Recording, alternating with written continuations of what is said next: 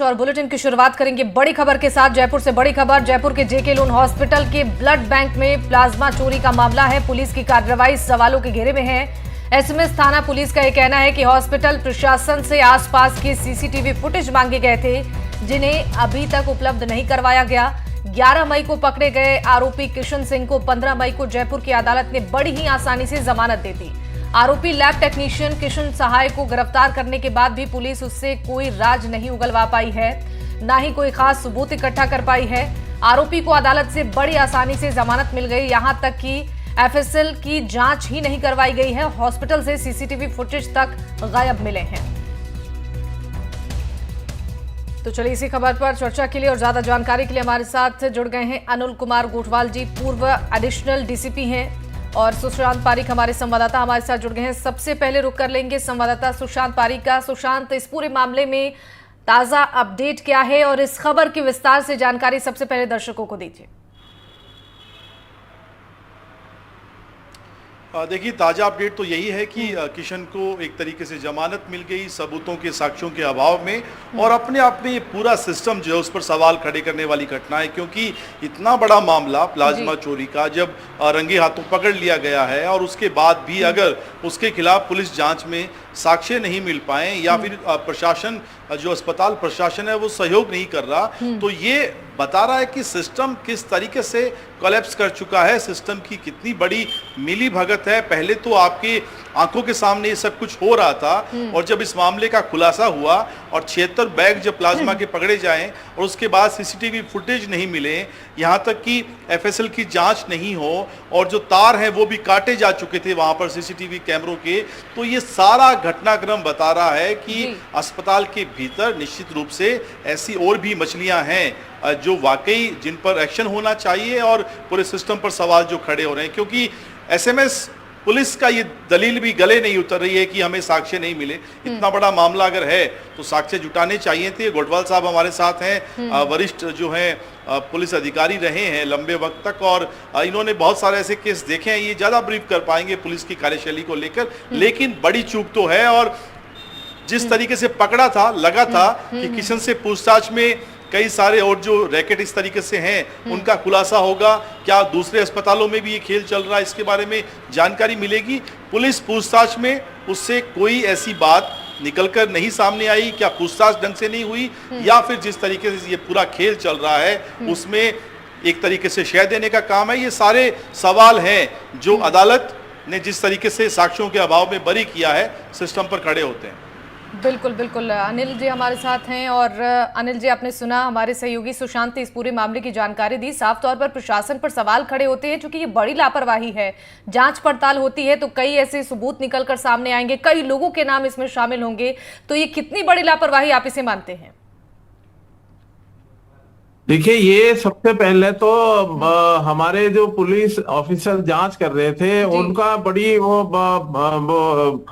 अनुसंधान है, वो ठीक ढंग से नहीं किया जा रहा। कहीं ना कहीं वो उसकी दिशा उन्होंने गलत चुन ली। अच्छा। मैं तो ये कह रहा हूँ कि एक इनकी कमेटी बैठी, कमेटी के बाद में एफआईआर हुई है, एफआईआर के बाद में मान लो वो गायब हो गया था, 4 दिन बाद पकड़ा गया, तो इनको उसके क्या क्या लिंक है, किन किन से बात करता था, क्या कॉल डिटेल है, क्या लोकेशन रही है, ये सारे टेक्निकल ये तो जुटा ही सकती थी पुलिस, आइए जुटा सकता था। साथ ही अगर मान लो कई दफे सहयोग नहीं मिलता है या गवाह मान लो बाहर गया हुआ है और मुलजिम अरेस्ट है, उसके आने का इंतजार है, तो क्या आप कोई एविडेंस कलेक्ट नहीं करोगे?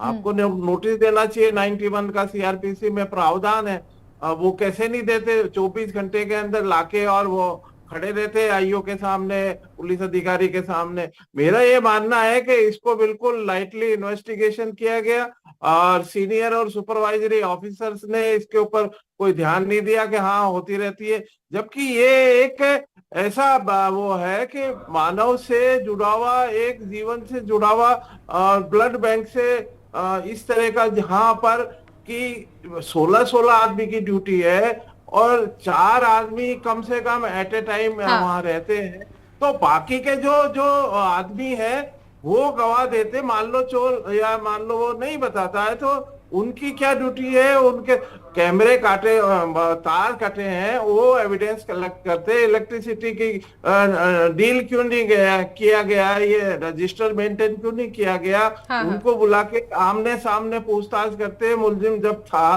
तो उसको पूछताछ करते। रिमांड के लिए देखो, मैं आपको बताऊं कि प्रोसिक्यूशन और इसका तालमेल बिठा के मजिस्ट्रेट जज को इसकी गंभीरता को बताना चाहिए। तो कोई ऐसा जज नहीं है कि वो गंभीर होके इस तरह की कार्रवाई में सहयोग नहीं करे।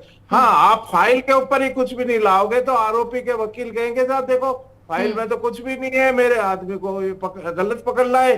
तो ये चीजें सारी थी, ये पुलिस का और प्रोसिक्यूशन का काम है उसको जमानत मिलना। इसकी गंभीरता को नहीं देखा गया। ये तो एक जांच का विषय है जिसके ऊपर क्वेश्चन मार्क आम आदमी उठा सकता कि भाई इतनी जल्दी जमानत कैसे मिल गई। बिल्कुल। आप कुछ तो सबूत इकट्ठा करते। 4 आदमी जिनकी ड्यूटी रहती, जिनके साथ साथ उसकी ड्यूटी का टाइम है, वो तो आपके गवाह हैं।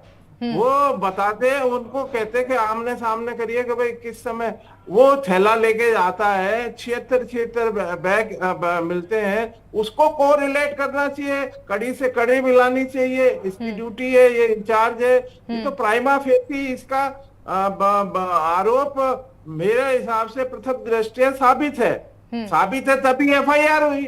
एफआईआर को लेके बैठी रही पुलिस, उसने कोई इन्वेस्टिगेशन के सबूत इकट्ठे फाइल पे नहीं किए। हाँ। देते सुप्रिंटेंडेंट को, किसी इनके सीनियर अधिकारी को ये कॉपरेट नहीं कर रहे तो कैसे नहीं कॉपरेट करते। तो बिल्कुल जब जी ये बिल्कुल, चीज सामने आ गई है। ये बहुत सेंसिटिव मामला है। सबसे पहले तो इस मामले में अदालत से आसानी से आरोपी को जमानत मिल जाती है, और दूसरी सबसे बड़ी लापरवाही कि ऐसे मामलों में एफएसएल जांच ही नहीं करवाई गई है, हॉस्पिटल से सीसीटीवी फुटेज ही गायब है।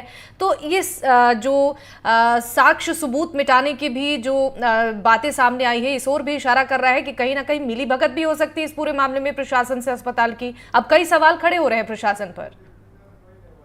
नहीं, कई बार क्या होता है कि आदमी घबराता है कि विभागीय जांच में मैं क्यों इसका गवाह बनूं, या मैं वो डरता है कि बाद में कल को या फिर वो शामिल है। मैं कह रहा हूँ या तो वो गवाह है या शामिल है। तो उनको भी अरेस्ट करते हैं।